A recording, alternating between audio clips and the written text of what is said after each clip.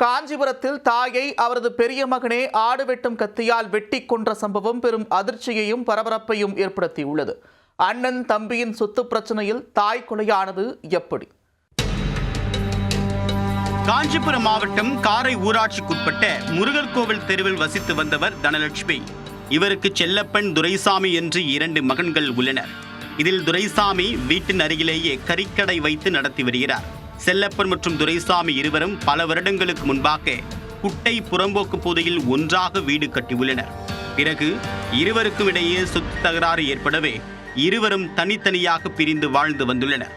Duraisamy cement sheet போட்ட சிறிய வீட்டிலும், தாய் தனலட்சுமி அருகிலேயே தார்பாய் குடிசையிலும் வசித்து வந்துள்ளார். தாய் தனலட்சுமி மற்றும் துரைசாமியின் வீடுகளுக்கு அருகில் உள்ள செல்லப்பன் வீட்டிலிருந்து மின்சாரம் எடுக்கப்பட்டு வந்ததாக கூறப்படுகிறது.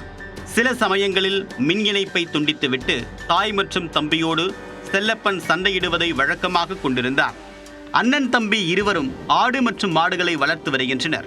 இந்நிலையில் செல்லப்பன் தன்னுடைய மாடு போட்ட சாணத்தை துரைசாமி வசிக்கக்கூடிய பகுதியில் கொட்டியதாக கூறப்படுகிறது. இதை கண்ட துரைசாமி செல்லப்பனிடம் தட்டி கேட்டுள்ளார்.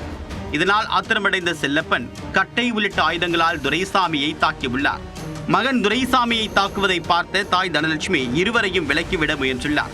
அப்போது வீட்டில் ஆட்டுக்கிடாய் வெட்ட பயன்படுத்தப்படக்கூடிய கத்தியை எடுத்து வந்த செல்லப்பன் கண்மூடித்தனமாக தாய் தனலட்சுமியை வெட்டிவிட்டார்.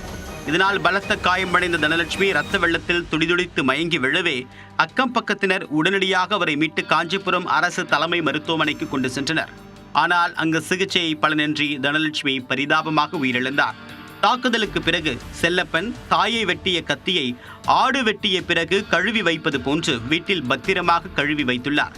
இந்த சம்பவம் குறித்து பொன்னேரிக்கரை போலீசார் வழக்கு பதிவு செய்து தீவிர விசாரணை மேற்கொண்டனர்.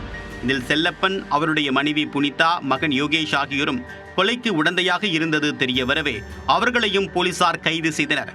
சொத்து மற்றும் குடும்ப தகராறில் பெற்ற தாயையே மகன் கொடூரமாக வெட்டி கொன்ற சம்பவம் அந்த பகுதியில் பெரும் சோகத்தையும் அதிர்ச்சியையும் ஏற்படுத்தியுள்ளது.